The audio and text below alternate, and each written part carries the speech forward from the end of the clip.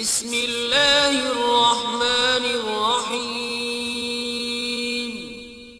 शुरू अल्लाह के नाम से जो बड़ा मेहरबान निहायत रहम वाला है।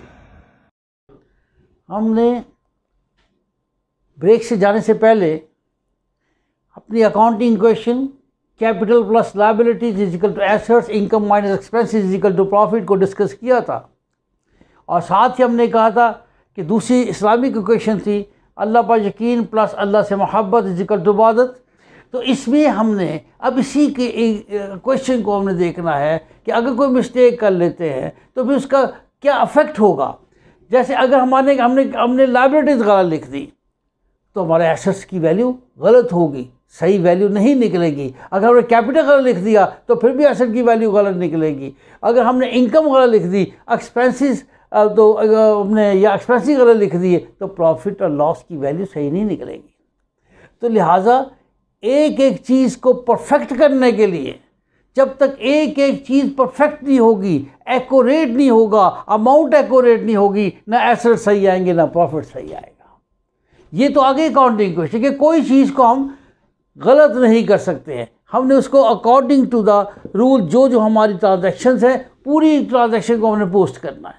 इसी तरह हम अब आते हैं अल्लाह पर यकीन प्लस अल्लाह से मोहब्बत इज इक्वल टू इबादत, और नबी पाक सल्लल्लाहु अलैहि वसल्लम पर यकीन और नबी पाक सल्लल्लाहु अलैहि वसल्लम मोहब्बत इज इक्वल टू इबादत। तो इसमें अगर अल्लाह पर यकीन है, हम कहते हैं मेरे दिल पे अल्लाह का यकीन है, लेकिन अल्लाह का यकीन जो है वो उस वक़्त तक कामल नहीं होगा जब तक उसका अमल भी दिल के यकीन के मुताबिक ना हो। अगर मेरे दिल में अल्लाह का यकीन है तो उसका अमल भी उसके मुताबिक होना चाहिए। मेरे पास नबी पाक सल्लल्लाहु अलैहि वसल्लम का यकीन है कि नबी पाक सल्लल्लाहु अलैहि वसल्लम खातमुन नबीयीन है, लेकिन मेरे दिल में जो पुख्ता यकीन है मेरे अमल से साबित होना चाहिए। अगर वो मेरे अमल से साबित नहीं होता तो फिर हमारा पुख्ता यकीन पुख्ता इबादत नहीं है और इबादत सही नहीं बनेगी, ये क्वेश्चन सही नहीं रहेगी। और क्वेश्चन को सही करने के लिए हमने अल्लाह से पर यकीन किया और अल्लाह से मोहब्बत करनी है। अब अल्लाह से मोहब्बत कैसे होगी, अब हमने ये देखना है। अल्लाह से मोहब्बत कैसे होगी? अल्लाह के बताए हुए असूलों के मुताबिक चलो। अल्लाह ताला ने जो कुरान पाक में बताया है उसके मुताबिक अमल करो। अपनी ज़िंदगियाँ अल्लाह ताला के कहने के मुताबिक, अल्लाह ताला के हुक्म के मुताबिक चलाओ तो अल्लाह से मोहब्बत होगी। इसी तरह नबी पाक सल्लल्लाहु अलैहि वसल्लम यकीन है, हमारे पास यकीन है कैसे नबी पाक खातून नबी है, तो भाई अब आप आके नाते पढ़ते जाए, जो मर्ज़ी करते जाए, लेकिन ये मोहब्बत नहीं होगी। मोहब्बत उसी वक़्त होगी जब नबी पाक सल्लल्लाहु अलैहि वसल्लम की मुबारक सुन्नतों को पूरा करेंगे। अगर हम नबी पाक सल्लल्लाहु अलैहि वसल्लम की सुन्नतों पे नहीं चलते, नबी पाक सल्लल्लाहु अलैहि वसल्लम की बताए हुए असूलों पे नहीं चलते, नबी पाक सल्लल्लाहु अलैहि वसल्लम के बताए हुए असूलों के मुताबिक हम अपनी ज़िंदगी बसर नहीं करते, तो फिर हमें नबी पाक से मोहब्बत नहीं है, से यकीन है। मोहब्बत के लिए, और जब तक यकीन और मोहब्बत इकट्ठे नहीं होंगे उस वक्त तक इबादत नहीं बनेगी। अब इसी तरह ये दोनों क्वेश्चन जो हैं, दोनों को अल्लाह से मोहब्बत और नबी पाक सल्लल्लाहु अलैहि वसल्लम मोहब्बत और दो अल्लाह पे यकीन और नबी पाक सल्लल्लाहु अलैहि वसल्लम पे यकीन, दोनों को मिला के ये इबादत बनती है। अगर कोई कहे कि मैं तो सिर्फ अल्लाह पे यकीन करता हूँ, इबादत नहीं है। अगर कोई कहे मैं नबी पाक सल्लल्लाहु अलैहि वसल्लम से पे यकीन करता हूँ, बाकी सब चीज़ें छोड़ दें, तो ये भी गलत है। आपने दोनों चीज़ों को साथ रखना है, सुन्नत नबी सल्लल्लाहु अलैहि वसल्लम और कुरान पाक के अहकामात को। अब मोहब्बत के सिलसिले में ये जो सिलसिला है, इसमें मैं आपको बहुत वाज़ेह तरीके से अल्लाह ताला ने कुरान पाक में खुल के बयान कर दिया है कि मोहब्बत का मतलब क्या है, कि अल्लाह से मोहब्बत और नबी पाक सल्लल्लाहु अलैहि वसल्लम से मोहब्बत का मतलब क्या है। देखिए, इस मोहब्बत के बारे में अल्लाह ताला ने कुरान पाक में वाज़ेह तौर पे बयान किया है। ये कोई सुनी सुनाई बातें नहीं हैं, ये कुरान की बात है, यानी कि इसको झुठला नहीं सकते हम। अगर इसको इनकार करते हैं तो हम कुफ्र की तरफ चले जाते हैं।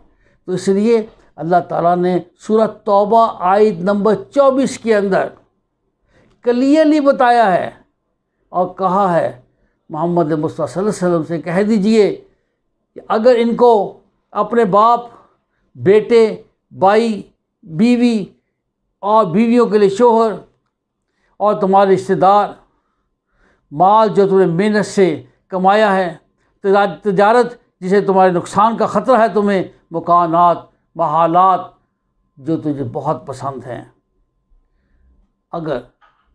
अगर इनको एक तरफ रखो, इन 8 चीज़ों को एक तरफ रखो, और अल्लाह की मोहब्बत, नबी पाक सल्लल्लाहु अलैहि वसल्लम की मोहब्बत और जहाद फ़ी सबीलिल्लाह की मोहब्बत से, ये 8 चीज़ें ज़्यादा हैं। इन 8 चीज़ों की मोहब्बत ज़्यादा है और इन 3 चीज़ों की मोहब्बत कम बनती है। तो फिर अल्लाह ताला कहते हैं, ए मोहम्मद सल्लल्लाहु अलैहि वसल्लम, इनको कह दीजिए कि आप पीछे होकर बैठ जाओ यहाँ तक कि मैं आपका फ़ैसला कर दूँ, आपका फ़ैसला कर दूँ। और अल्लाह ताला कहते हैं कि मुझे ऐसे फासिकों की ज़रूरत नहीं है। इससे बढ़ के क्या बड़ी चीज़ है कि कुरान पाक ने खोल के बयान कर दिया कि इन चीज़ों से मोहब्बत मत करो। मोहब्बत करनी है, सबसे ज़्यादा मोहब्बत करनी है अल्लाह से करनी है, अल्लाह के रसूल से करनी है, जहाद फ़ी सबीलिल्लाह से करनी है। तो ये तो कुरान की आयत है। इसी तरह अगर आप हज़ूर सल्लल्लाहु अलैहि वसल्लम के अशार की तरफ आते हैं तो हज़ूर सल्लल्लाहु अलैहि वसल्लम ने भी कई जगहों पे बयान फरमाया है, अशार फरमाया हज़ूर सल्लल्लाहु अलैहि वसल्लम ने। एक हदीस से मुबारक है, हज़रत अब्दुल्ला बिन अब्बास से मरवी है कि रसूलुल्लाह सल्लल्लाहु अलैहि वसल्लम ने मुझसे फरमाया, ए लड़के, मैं तुझे चंद बातों की तालीम करना चाहता हूँ। वो क्या थी कि जब भी कुछ मांगो अल्लाह से मांगो, जब भी मदद मांगो अल्लाह से मांगो, और साथ कहा तू अल्लाह से प्यार कर, अल्लाह तुझसे प्यार करेगा। और सबसे अहम बात आगे कही कि अगर सारी उम्मत मिलकर जमा होकर तुझे फ़ायदा पहुंचाना चाहे तो अल्लाह ताला के लिखे हुए के सिवा कोई फ़ायदा नहीं पहुंचा सकता। और इसी तरह अगर सारी उम्मत इकट्ठी होकर तेरा कोई नुकसान करना चाहे तो अल्लाह की तकदीर के सिवा कोई नुकसान नहीं कर सकता।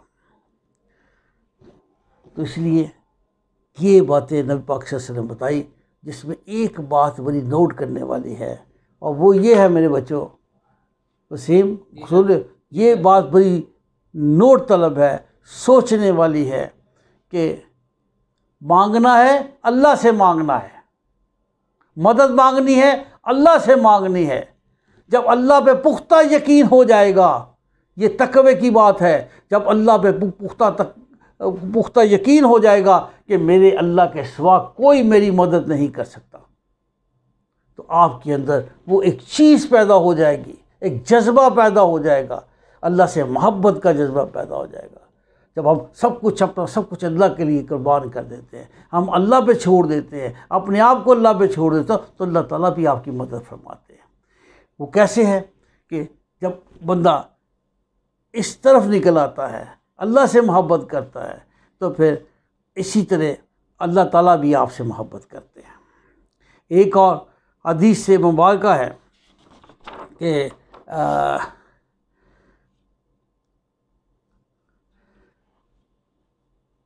नबी पाक सल्लल्लाहु अलैहि वसल्लम ने फरमाया, इन 4 चीज़ों का ख्याल करो, आपकी मौत भी आसान होगी, आखिरत भी आसान होगी और दुनिया में भी आसानियाँ होंगी। नंबर 1, हमेशा सच बोलो, अमानतों की हिफाजत करो, अमानतों की हिफाजत करो, किसी के साथ धोखा ना करो, फ्रॉड ना करो, बेईमानी मत करो। कोई बंदा आपको अमानत रख के जाता है, उसको अपने माल में मत शामिल कर लो, अपने अखलाक सही करो, लोगों के साथ नरमी से पेश आओ। और चौथी बात नबी पाक से बताई कि रिज़्क़ के हलाल कमाओ, रिज़्क़ के हलाल खाओ, अपनी औलाद को रिज़्क़ के हलाल कमाओ। इसी तरह अगर कोई शख्स अल्लाह के बहुत नज़दीक होना चाहता है, अल्लाह की मोहब्बत दिल में डालना चाहता है, और ये चाहता है कि अल्लाह भी उससे मोहब्बत करे, अल्लाह जिन लोगों से मोहब्बत करते हैं उनमें से ये निशानियाँ होती हैं। अल्लाह जिनसे मोहब्बत करते हैं उनकी ये निशानियाँ हैं। क्या क्या निशानी है? नंबर 1, ज़मीन पर आजिज़ी इख्तियार करता है बंदा, ज़मीन पर आजिज़ी इख्तियार करता है।